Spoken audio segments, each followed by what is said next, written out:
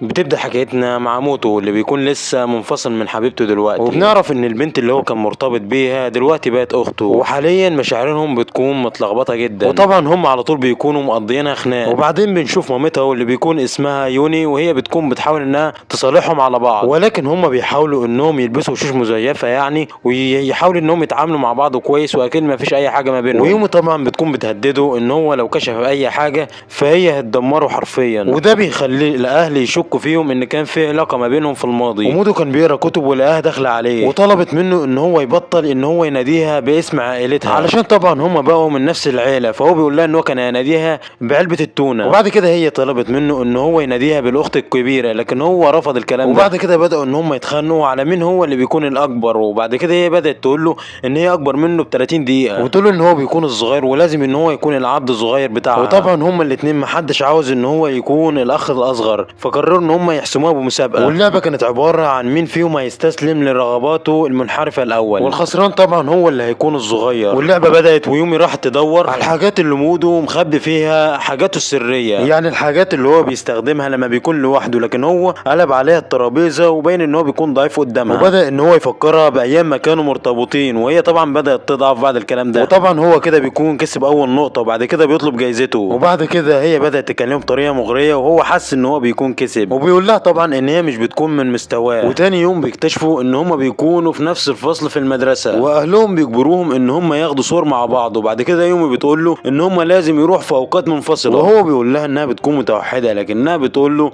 ان هي بيكون معاها سلاح سري. وطبعا بعد ما بتقول خطاب ترحيبي فالكل بيعجب بيها وبيكون عاوز ان هو يصاحبها، وهي طبعا كانت اذكى طالبه، فهو طبعا كان متفاجئ ازاي هي بتكون بتجيب درجات اعلى منه. ومودو بيساله لو كانوا هما بيكونوا اخوات، وبعد كده مودو بيستخبى في الحمام وبيشوف اتنين من الطلاب بيقولوا ان هم عاوزين يتعرفوا عليه عن طريقه هو، وبيقولوا رغم ان هو بيكون فاشل فهو بيحس ان هو بيكون مجرد اداء وبس. ويومي بدأت تفهم ان الولاد اللي عاوزين يوصلوا لها عن طريقه هو بس، علشان طبعا هو بيكون ضعيف وسهل التعامل معاه، فهي بتبدأ انها تقلق عليه. ومودو طبعا ما فرقش معاه وقرر ان هو يكون هادي وما يهموش اي حاجه. وتاني يوم شويه طلاب بدأوا ان هم يقربوا من مودو، ولكن يومي ظهرت فجأة وبدأت انها تقرب منه علشان محدش يقرب منه. وبعد كده الاهل قرروا ان هم يخرجوا فجأة ويسيبوا يومي ومودو مع بعض، وكانوا ناويين انهم يخرجوا يومين كده ويسيبوهم لوحدهم يعني. ومودو طبعا بدأ ان هو يطبخ لهم، وكان بيسخر من يومي علشان مش بتعرف انها تطبخ، وهي طبعا كانت بتطبخ له اكل محترم جدا، وكانت بتقول له ان هو ينسى انها زقت جسمها عليه. وبعد كده رد عليها وقال لها ان هو بيكون ناسي الموضوع ده اصلا. وبعد كده هي بتحس ان جسمها مش كفايه ان هو يأثر عليه، وبعد كده هي قررت انها تأثر عليه بالعافيه، وبدأت طبعا انها تتكلم معاه وتغريه. وطبعا بطلنا مودو ما قدرش ان هو يستحمل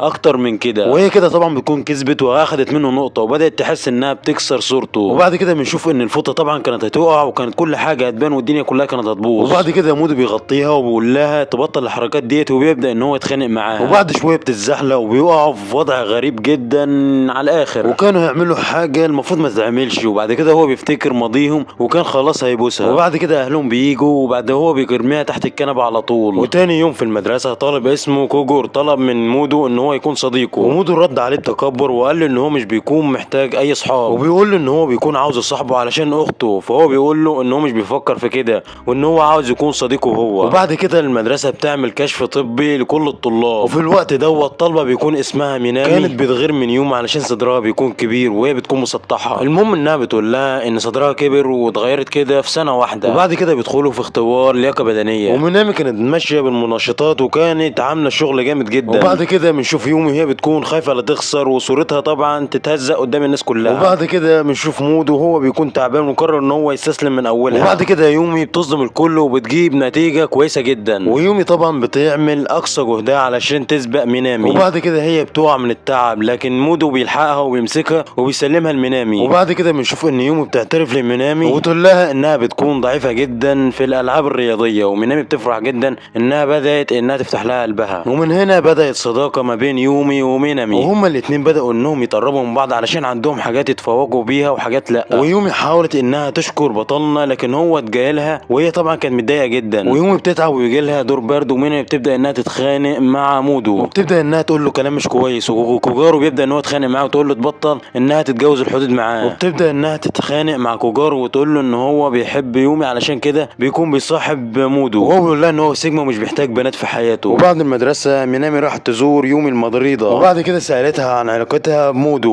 وكانت بتتمنى ان هم يكونوا اخوات من النوع اللي بيحب يزني. وبعد كده دخلت الأوضة مع يومي بدأت تفتكر مودو وهم بعلاقتهم زمان، وطلبت منه كده شوية حاجات مش تمام، ومينامي كانت واقفة لكن ما لاحظتش أي حاجة. وبعد ما مينامي مشيت يومي بدأت انها تغير منها علشان كانت بتلعب دور مامي وبابي مع مودو، ويومي بدأت انها تخرف وتطلب من مودو ان هو ما يسيبهاش ويمشي، وطلبت منه ان هو يقعد جنبها علشان انت يساعدها علشان هي تنام. وهو بدأ ان هو يفتكر ايام زمان لما ما كانش فاشل وبيقدر ان هو يوعد بنات زيها، وهم اصلا انفصلوا علشان مش متوافقين لحد ما اهلهم جمعوهم مع بعض. ويومي كانت بتطلب من مودو حاجات كتيره جدا لحد ما هو بدأ يلاحظ انها بتكون كويسه، وبعد كده هي بدأت انها تعتذر له، وهو بقى بدأ ان هو يهزر معاه ويقول لها انها بتكون محتاج له على طول. ويومي بتبدأ انها تتكلم معاه وتطلب منه ان هو ما يسيبهاش مره تانية، ويبدأ ان هو يفتكر لما كانوا مرتبطين وهو كان بيديها اي حاجه كانت بتحتفظ بيها على طول، وكانت بتفرح قوي باي حاجه هو بيديها لها. وبعد كده بنشوف وهي بتكون بتشم هدومه الداخليه، وبعد كده هي بتاخد بالها انها بقت منحرفه جدا، وبعد كده بتبدا انها تتخيل انها بتكون اخت صغيره لمودو، وهو بيبدا ان هو يذلها، وبتتخيل ان هو بيعذبها بشكل مش لايق، وتقرر ان هي ترجع له